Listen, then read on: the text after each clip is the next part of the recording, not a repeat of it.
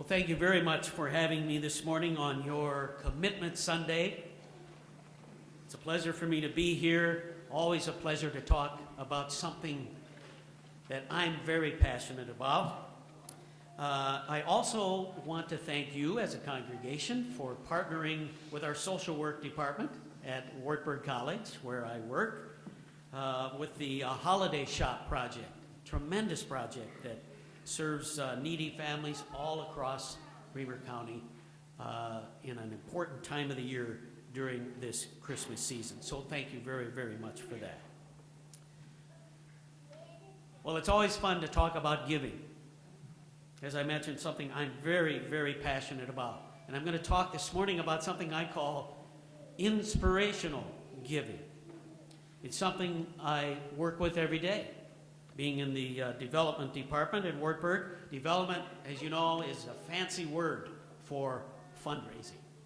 So I get to work with some of the most generous and passionate people all across the country. And I am certainly blessed by it. I want to share with you a verse written by the Apostle Paul from 2 Corinthians chapter 9, which reads, God is able to provide you with every blessing in abundance, so that by always having enough of everything, you may share abundantly in every good work. That will be the theme for my message this morning. Now, when I talk about working with generous people all across the country, I'm not talking about the likes of Bill Gates, Warren Buffett, Nelson Rockefeller. I'm talking about you. I'm talking about the person in the pew next to you. I'm talking about the person you sit across the table from during coffee time. I'm talking about the person, the neighbor, that lives across the street from you. Yes, the Bill Gates, Warren Buffetts, and Nelson Rockefellers of the world are wonderful philanthropists, no doubt. And in fact, Bill Gates and Warren Buffett have publicly pledged the majority of their wealth for charity, for the good of others. And they're also now, in fact, working to gather 100 of the wealthiest people in the world to form this charitable consortium where these folks would also pledge the majority of their work to charity. God bless them. Isn't that wonderful that these folks who have that wealth, have so much to give, are willing to give it and want to give it. But we don't have to be them to give generous gifts, to make a difference in the world. You see, generous and passionate giving is not about how much wealth we have to give away. It's all about giving of ourselves. It's all about giving from our hearts. It's all about giving from what God has first given us. As our verse in 2 Corinthians tells us, God provides for us. God has given us enough of everything so that we can share. Every one of us has something to give. To share from what God has given us, it doesn't always have to be money. It can be something as simple as a smile, a scarf given to someone on a cold day, baking a pie for the church bake sale. The list can go on and on. Now, let's be clear, yes, we need gifts of money to fund the ministries of your congregation. That's important. But along with the money comes this commitment that Pastor Ron was just talking about. This heart and passion we have as God's people to carry these ministries out. We need that as well as the money. So giving becomes a very personal thing. It reflects our own passions. It reflects our commitment to the ministries of this congregation. And most importantly, it reflects our trust in God to use those gifts for His purposes. So, as we live out God's mission for this congregation, We all have something to contribute. You've all been given this wonderful ministry catalog. Your stewardship board has beautifully put this together. Well, in this catalog, there are a myriad of opportunities for you to serve. Myriad of opportunities for you to give of yourselves. In fact, I counted them. There are 116 of them in this catalog. 116 different ways you can serve God. You can serve this congregation. And by serving in this congregation, you serve your community and other folks in need around the world. And when we serve in these opportunities, we get so much in return. I'm reminded about the pastor in northern Minnesota who was vacationing at a camp one summer, and one day a gentleman stopped by his tent, found out that he was a pastor, and he was telling this pastor that he was from a small church just a little ways away, a little deeper into the woods. We don't have very much. We don't have enough money to support a pastor. So whenever we have pastors who are vacationing in our area, we ask if they can come and lead a service for us. And the pastor said, sure, I'd be glad to do that. So that Sunday morning, he made his way through the woods to the congregation. He had his 8-year-old son along with him who wanted to come along. And as he got to the church, he went inside and he noticed it was a dirt floor. The pews were carved out of logs. It's a very simply built wooden altar. And then as he turned around to look at the back of the church, he noticed on the back wall a little box with a slot on the top labeled thank offering. Well, he thought, that's kind of neat. So he reached in his pocket, and all he had were 2 quarters. Oh, sorry about that. All he had were 2 quarters. Thank you very much. And he put those 2 quarters into the slot. And thank you. And about that time, 2 gentlemen walked in. One of them was the gentleman who invited him to come and lead the service. And the pastor was commenting about that thank offering box. And these gentlemen said, yes, we always have that there. When any people in our congregation feel especially blessed, they put some money in there. Wonderful idea, the pastor said. Well, they led the service, and as it was finishing, the 2 gentlemen who invited him took him back to the thank offering box, and he said, we have nothing really much to give you, but we do want to give you what's in this offering box. Pastor said, I really don't need anything, but that's fine. So they took it off the wall, lifted out the lid, they dumped it out, and out rolled 2 quarters. And his 8-year-old son was starting to tug at his leg. And the pastor said, not now, not now, not now. Well, the gentleman thanked the pastor for leading the service.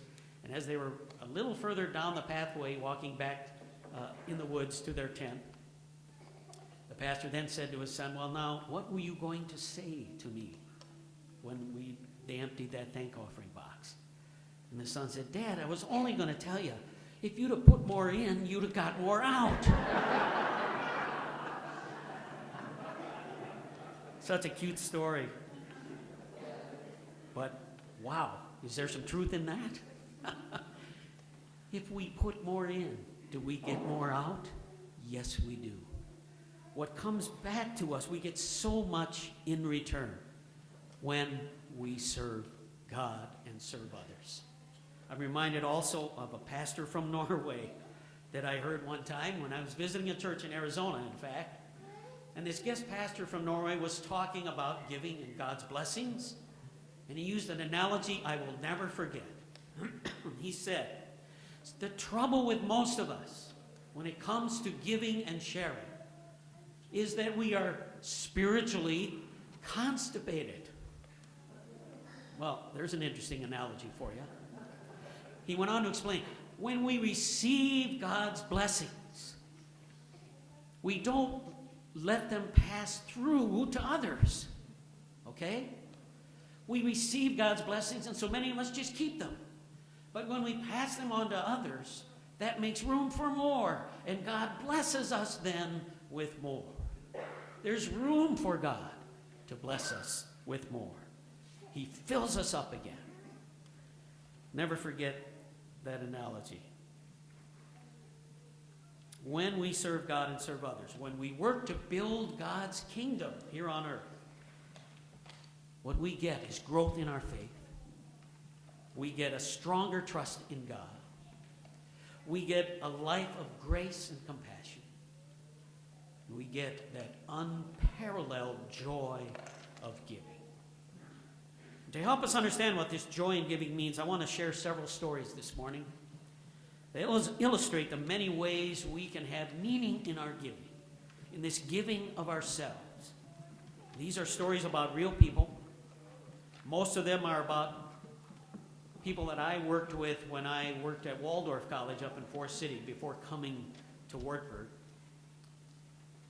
And these are people who have inspired me to be a generous giver. They have filled me with the hope that comes through their passion to help others. They have beautifully shown me the incredible value of building God's kingdom on earth. And finally, they have taught me this joy of giving. First one is called, and there are 7 stories, but they're all short, don't worry. The first one is called Arvid and the Telescope. Arvid happens to be my father-in-law. He's a retired Lutheran pastor who served parishes in Wisconsin, now lives in the Twin Cities. And my wife, Chris, was with him one night when they were coming back from an evening service out in the country, the beautiful countryside and the hills of Wisconsin. And it was a fall night, and the moon had just come above the horizon. And you can see it now when it rises, how big it is. And it made her think, she asked her dad, I know, Dad, you made that wooden telescope a number of years ago. Do you still have it? And he said, boy, I don't remember. I don't think I do.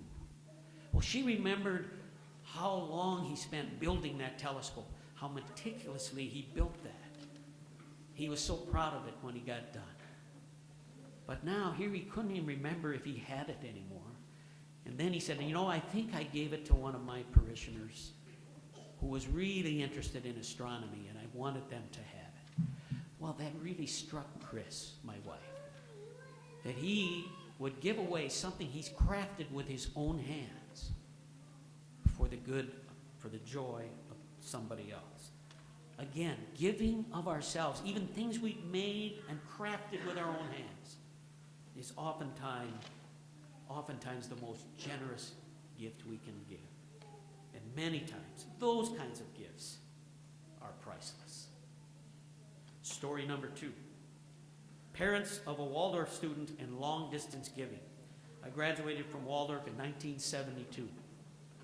I had a classmate who was from New Orleans, Louisiana, who graduated with me.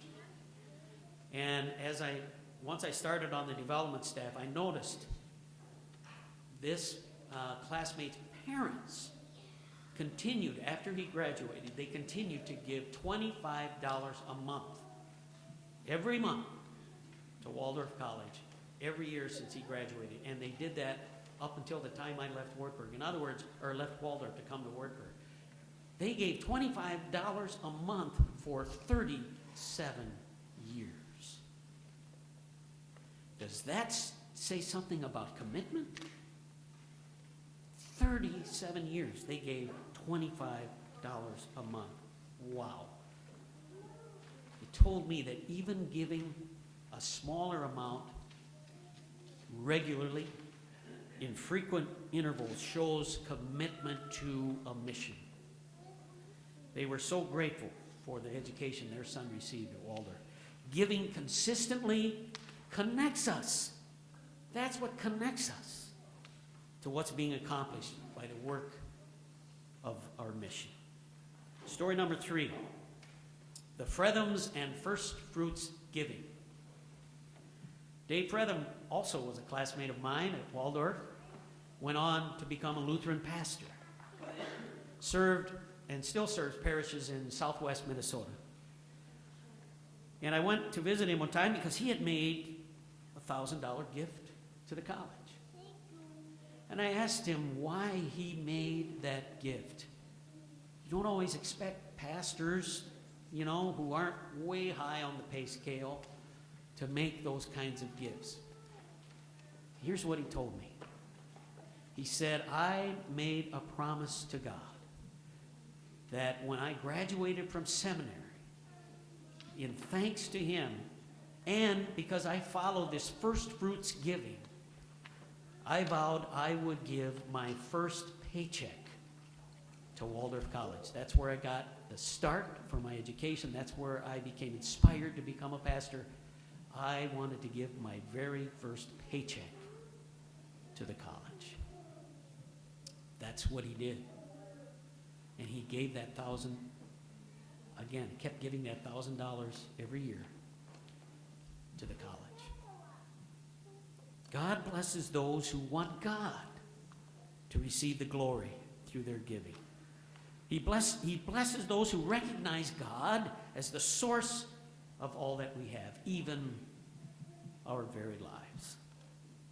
Story number 4, Uncle Lowell and the loan with unusual collateral. Uncle Lowell was my uncle who lived in the small town of Hanlontown up in north central Iowa. He was a banker there. He and his brother and his dad owned that bank, that little bank in Hanlontown. And they were so well known in the area for serving their customers so well. And one day, Lowell loved to tell this story about a gentleman who walked into the bank with bib overalls that were not clean. He was unshaven. You could tell he hadn't taken a shower for a long time. And he wanted a loan. He needed some money. So Uncle Lowell took him into his office, started asking him several questions. Finally asked him, got to the point, okay, if you need a loan, what do you have for collateral? And the gentleman said, really, I don't have anything. He said, the only thing I can offer as collateral is my wife. Lowell had a little chuckle, just like you. And he thought a minute about it. This gentleman needed money just to keep going. Just maybe to have a ray of hope that I can go forward. Uncle Lowell pulled his drawer open, pulled out the application, put it on his desk, started filling it out. He got to that line that said collateral and wrote the word wife. Loaned him some money, knowing he would never get that paid back. But he gave him the money. God blesses people who pay attention to needs. He blesses people who inspire hope in others. Story number 5. Only 3 more to go. Odvin Hagen and the Get Well visit. Odvin Hagen was a beloved choir director at Waldorf College. Everybody who sang under him had a tremendously faith-filled experience. Well, he was a terrific choir director, but had absolutely no social graces whatsoever. In front of a choir, he was great. In a crowd of people, couldn't deal with it. Just had a hard time dealing and relating to people. He was fortunate to be blessed with a wife who was the exact opposite. Her name was Muggy Hagen. She covered for him. She knew everybody, the most outgoing person you'd ever want to know. She not only knew your name, She knew the name of your brothers and sisters, your wife, your kids, your grandkids. One of those kind of people. Well, a good friend of theirs, his name was Bob Severson, who was having a hard time with a very serious illness, who lived in a town called Crystal Lake, just a few miles away from Forest City. And Muggy said to Ivan one day, we need to go visit Bob just to see how he's doing. Ivan, of course, having no social grace, was very uncomfortable doing that. What would he say to this person who was so seriously ill? Muggy said, we'll help you with that. He reluctantly agreed to go. They got in the car, they drove to Crystal Lake, and drove around the block a few times before they stopped at Bob's house. Muggy finally convinced Ivan to go in with her. They got inside, and Bob was down in the basement, actually. They had fixed up a special room for him down there because his illness, he was very sensitive to any light. He had to be where it was dark. So Bob loved to tell this story. He was laying in his bed, and he heard this person coming down the creaky wooden stairs of the basement, step by step. He got down to the bottom, and he heard him walk over to the doorway of his special bedroom down there. And he stood in the doorway for the longest time. And Bob recognized right away by the silhouette it was Ivan Hagen. So he knew the kind of person Ivan was, so he felt really blessed that he was there. Well, Ivan stood in that doorway for the longest time, finally took a step closer to Bob, put his hand on Bob's shoulder, and said, and left. Remember, he didn't have a clue on what to say in a situation like this. But Bob will never forget it. That visit meant the most to him than the visit from anybody else. Giving of our time and our presence, just being there in a time of need is often the best gift we can give, and those gifts are the ones that are long remembered. Story number 6, Pastor Phil Highland and the unquestionable gift. Phil Highland was also a Lutheran pastor who was lived up in the Twin Cities. He served in Japan for many years and then retired in the Twin Cities. And I went to his funeral, and his daughter got up and shared this story at his funeral, which said so much about the kind of person Pastor Highland was. He said, one day we had a knock on our door, or she was telling the story. She said, one day we had a knock on our door, and Pastor and I my dad and I went to answer the door, and there stood another man who reeked of alcohol and cigarette smoke. Again, dirty clothes, unshaven, hair unkempt. And he said, would you be willing to spare me $20? Pastor Highland stood there a minute, thought a minute, and he said, just a second, I'll be right back. And he went back to his bedroom, came back and handed the gentleman $20. As he closed the door, his daughter couldn't wait to ask him, what allowed you to give him that $20? Don't you know he's just going to go out and buy more cigarettes and more alcohol? And Pastor Highland said, yes, that's the risk I take. But then he said, I think it's a greater risk to actually miss an opportunity to help someone. Trusting God to do the work. She never forgot that. God blesses those who try and trust with their giving and leave the rest up to God. God asks us to give to the edge of our ability and then to trust Him to make up the difference. And this is the point I want you to take away from today. Givers watch what God is going to do. Givers watch what God is going to do because they've invested in God's work, okay? Any place that you've invested in, you're going to watch what happens.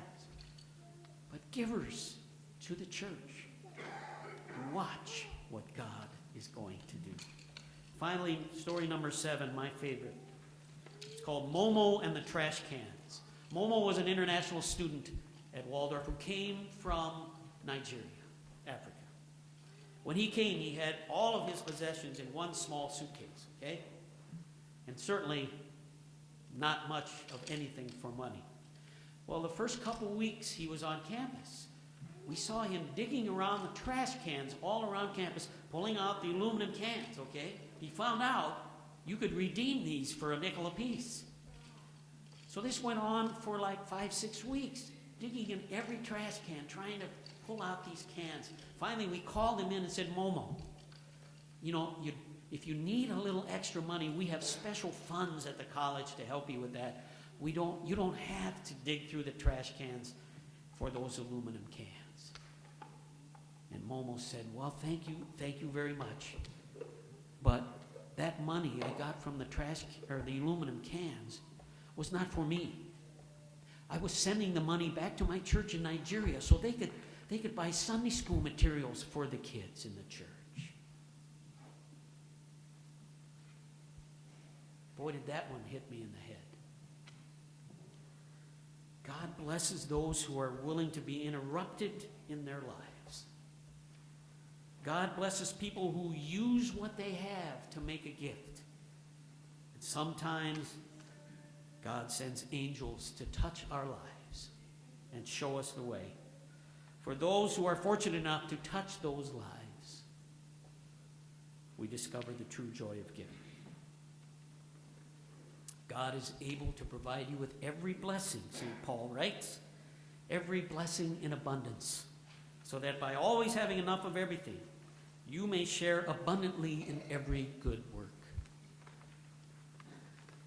To those who give, God multiplies their giving, increases their harvest of righteousness, as St. Paul calls it. In other words, in closing, through our giving, God gives us the capacity to do something significant, something bigger than ourselves, to make a difference in the world. God is at work in all of it. The abundance we enjoy, the gifts we give, is God at work in our lives. God bless your giving. May you continue to find meaning and purpose through it. Amen.